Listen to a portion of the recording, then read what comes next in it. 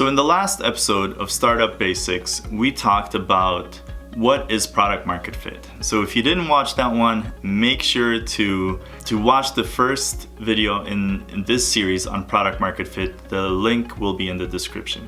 So okay, we know what product market fit is. And to quickly reiterate what makes up product market fit, we have the product, we have the ideal customer, and we have targeting and reaching that ideal customer. When you have all three, you have really strong product market fit.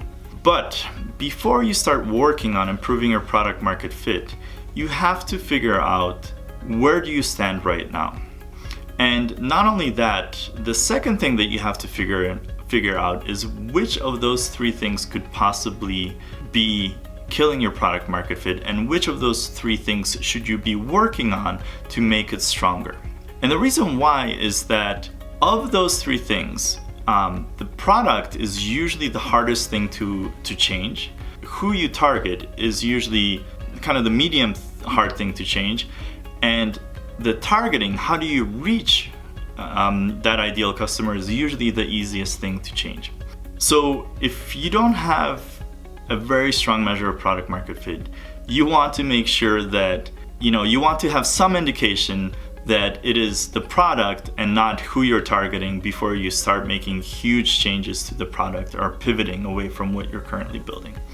But the first thing is to measure. And there are two things, there are two ways to kind of measure product market fit. And one of them is quantitative and one of them is qualitative. And the qualitative way of measuring product market fit actually not only helps you to understand how strong is your product market fit, but more importantly, it helps you to understand what are the underlying issues, what are the opportunities for improvement. Now, on the data side, on the quantitative, quantity means number of things. So on the quantitative side of things, there are multiple ways to measure how much people love your product. One of the ways is simply measuring what is kind of the acquisition rate for the people that you're trying to reach. The reasoning goes as follows. If you have a really, really awesome product, so in my last video we talked about having a convertible. So if you have a really awesome convertible and you're targeting the right people and you're reaching the right people, it should be very, very easy for you to convert those people from coming to your website or checking out your app and becoming customers or registered users or long-time visitors.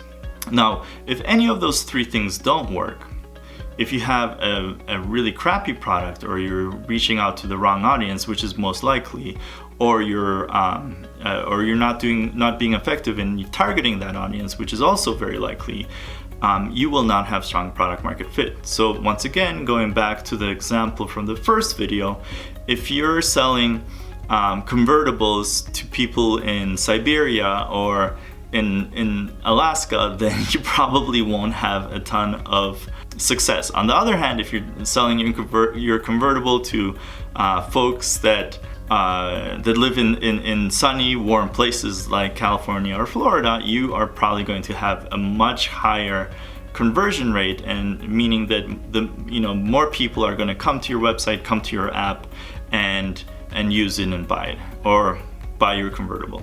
So that's one metric, is the acquisition rate, and you can usually get some kind of benchmarks for your industry, but even if you don't, just measuring that baseline so that you can then try different things and compare to where you are and make sure that you're improving is very, very important. So beyond acquisition, the other two measures are engagement and retention. So for engagement, for example, it gives you a measure of how much people are enjoying your product. So once again, going back to the convertible car, if you sell it to, let's say, a rancher or a logger in northern Alaska, they might only use their convertible once or twice a year when it gets warm enough, and the mosquitoes aren't that bad, right? On the other hand, if you sell your convertible to somebody with a midlife crisis living in Florida, where the weather is really nice, they might use it almost every day. So that would be a really strong indication of engagement. And similarly for your product, you can measure, for example, things like how often do users log in?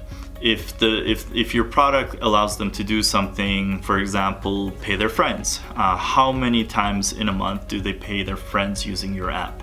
Or in the case of something like a social media app, how often do your users post pictures, and how often do they interact with other people's pictures? Things like that. Those are going to give you an indication of how well your customers are enjoying your product. And once again, the key is to get a baseline.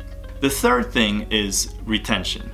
So retention is how well are you keeping your customers? Obviously, if your customers really hate what you've made, or you're targeting the right customers, so selling baseball bats to tennis players, you're going to have very bad customer retention. They might fall for it once. Your fancy marketing campaign might convince tennis players to buy a baseball bat, but probably in the long run they will be very unhappy, and so they're going to go and buy tennis rackets, or buy a truck when they really needed one, or you buy or use a different app if your app is not really good, or if you're targeting the wrong people.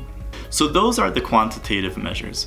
But just as important are qualitative insights that you can get by surveying customers and by talking to customers. Talking to customers is incredibly important because it provides you with insights. So for example, if you find that a lot of you're selling your convertible to a lot of loggers in Texas, and they're all really unhappy, and you haven't yet figured out why, you can ask them, and probably in talking to them they're going to tell you things like, well, most of the time it's really cold in Alaska, and when it's warm there are a lot of mosquitoes, and where we work in northern Alaska there aren't a lot of really great roads, so I could have, a truck would be more appropriate, and this and that and the other.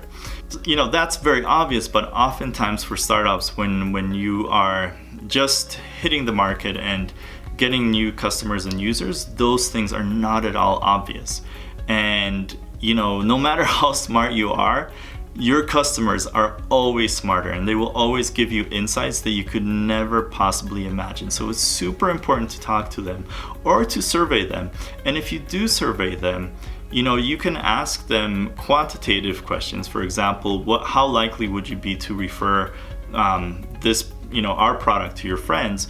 But just as importantly, asking them open-ended questions such as, what is it about our product that you really love? How would you describe our product to your friends?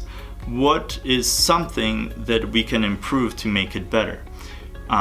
Or what other alternatives do you use beyond our product?